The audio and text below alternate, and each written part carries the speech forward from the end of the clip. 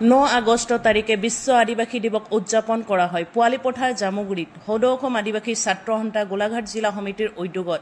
এই সভাত উপস্থিত থাকে বিভিন্ন দল সংগঠনৰ নেতৃবৃন্দসকল, লগতে সদৌ অসম আদিবাসী মহিলা শক্তি চমুকৈ আওপা কেন্দ্ৰীয় সমিতিৰ সভানেত্ৰী ৰেশ্মা ওৰাং ডাঙৰীয়ানী। এই বিশেষ দিনটো বিশ্বৰ আদিবাসী জনগোষ্ঠীৰ সংস্কৃতি, ইতিহাস, পৰম্পৰা আৰু অধিকাৰৰ ওপৰত সচেতনতা বৃদ্ধিৰ বাবে উদযাপন কৰাৰ কথা উল্লেখ কৰে। আদিবাসী সমাজৰ ভাষা, পৰম্পৰা, নৃত্য, গীত, কলা, সংস্কৃতি আগবঢ়াই লৈ যোৱাৰ লগতে আদিবাসী জনগোষ্ঠীৰ শিক্ষা, স্বাস্থ্য, ভূমি অধিকাৰ, উন্নয়ন আৰু সামাজিক ন্যায়ৰ ক্ষেত্ৰত সলনি কৰাৰ দায়িত্ব আমাৰ সকলোৰে বুলি জানিব দিয়ে। এই বিশ্ব আদিবাসী দিৱস আমাৰ বাবে কেৱল এটা উৎসৱ নহয়, এই জাগৰণৰ দিন। আজিৰ এই দিৱসত আমাৰ অধিকাৰ বাবে একত্ৰিত হৈ আগবঢ়োৱাৰ কথা ভাষণত প্ৰদান কৰে আওপাৰ সভানেত্ৰী। গোলাঘাট জিলা অন্তৰ্গত পোৱালিপথাৰ জামুগুৰিত ইতিমধ্যে মই উপস্থিত আছোঁ আৰু মহিলা সমিতি হয় আওপা হয় বৰ্তমান সদৌ অসম আদিবাসী ছাত্ৰ সন্থা আছা গোলাঘাট জিলা সমিতিয়ে মোক আমন্ত্ৰিত অতিথি হিচাপে ইয়াত নিমন্ত্ৰণ জনাইছিলে বিশ্ব আদিবাসী দিৱসত আৰু এইখিনিতে উদ্যোক্তা মণ্ডলীক মই আন্তৰিকতাৰে ধন্যবাদ জনাইছোঁ। বিশ্ব আদিবাসী দিৱস 9 আগষ্ট 2025 পোনপ্ৰথমে সদৌ অসম আদিবাসী মহিলা সমিতি কেন্দ্ৰ সমিতিৰ তৰফৰ পৰা সমগ্ৰ বিশ্ব তথা সমগ্ৰ ভাৰতবৰ্ষ আৰু অসমৰ যিসকল আদিবাসী জনগোষ্ঠীৰ বসবাস কৰা বসতি মানুহক পোনপ্ৰথমে বিশ্ব আদিবাসী দিৱসৰ আন্তৰিকতাৰে শুভেচ্ছা অভিনন্দন জ্ঞাপন কৰিছোঁ।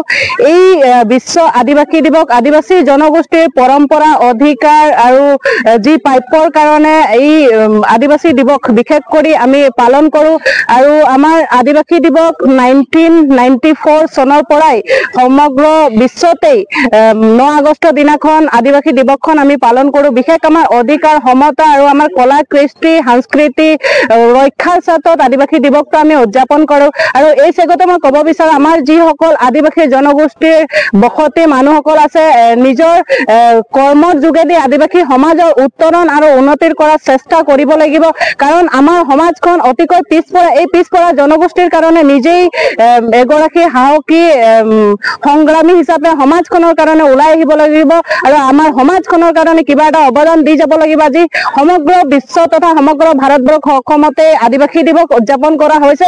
এইটো অকল উৎসৱ নহয়, এইটো হৈছে আমাৰ জাগৰণৰ দিন। আমি জাগ্ৰতি হ'ব লাগিব আৰু সমাজখনৰ কাৰণে কিবা এটা অৱদান দি যাব লাগিব। জয় অসম, জয় আদিবাসী, জোহাৰ। গোলাঘাট জিলা সমিতিৰ উদ্যোগত আৰু পোৱালিপথাৰ আঞ্চলিক সমিতিৰ সহযোগত আৰু স্থানীয় ৰাইজৰ সহযোগত আজি বিশ্ব আদিবাসী দিৱস উদযাপন কৰা হয় আৰু ইয়াত আমাৰ সদৌ অসম আদিবাসী ছাত্ৰ সন্থা গোলাঘাট জিলা সমিতিৰ সকলো বিষয়ববীয়াৰ উপস্থিতিত আজি এই অনুষ্ঠান আমি কৰিলোঁ। আৰু ইয়াত যিহেতু আমি স্থানীয় মানুহৰ তথা আমাৰ আমন্ত্ৰিত কৰি অনা আম্পা মহিলা সমিতিৰ কেন্দ্ৰীয় সমিতিৰ সভানেত্ৰী ৰেশ্মা ওৰাং ডাঙৰীয়ানী বাইদেউ আমাৰ মাজত উপস্থিত হয়। যথেষ্টখিনি খুব ভাল লাগিলে আৰু এই অনুষ্ঠানটোৰ যোগেদি আমি সকলো বিশ্ববাসীক আমি জনাব খুজিছোঁ যে আদিবাসী জনগোষ্ঠীটো কেৱল এটা সত্তা, তেওঁলোকে দীৰ্ঘদিন ধৰি তেওঁলোকে আন্দোলন কৰি তেওঁলোকৰ অধিকাৰখিনিয়ে আজি আমি ল'বলৈ সক্ষম হৈ আছোঁ আৰু সেই অনাগত দিনতো যেতিয়ালৈকে আমাৰ আন্দোলন, যেতিয়ালৈকে আমাৰ যিখিনি আমাৰ সমস্যাখিনি, যিখিনি আমাৰ অধিকাৰখিনি যেতিয়ালৈকে আমি নাপাওঁ সেই তেতিয়ালৈকে আমি আন্দোলন কৰিয়ে যাম। আৰু এইবোৰ অনুষ্ঠানৰ যোগেদি আমাৰ সকলো আদিবাসীসকলক আমি সজাগতা কৰিব খুজিছোঁ, যিহেতু আমাৰ জনগোষ্ঠীৰ হৈ পেলাই আজি বহুত তেজাল ডেকাই আজি প্ৰাণ আহুতি দিলে। তেওঁলোকৰ যি আধৰুৱা সপোন, তেওঁলোকৰ যি আশা আকাংক্ষা, সেইবোৰ আমি পূৰ কৰিবৰ কাৰণে আমি সকলো দলে বলে ওলাই আহিছোঁ আৰু আজি বিশ্ব আদিবাসী দিৱসটো আমি খুব উলহ মালহেৰে উদযাপন কৰিছোঁ। ইয়াত আপোনালোকে দেখিবলৈ পাইছে যে ইয়াত আমাৰ সাংস্কৃতিক আমাৰ নিজৰ বাদ্যযন্ত্ৰৰ লগত আছে আৰু সাংস্কৃতিক যত্ন কৰিম।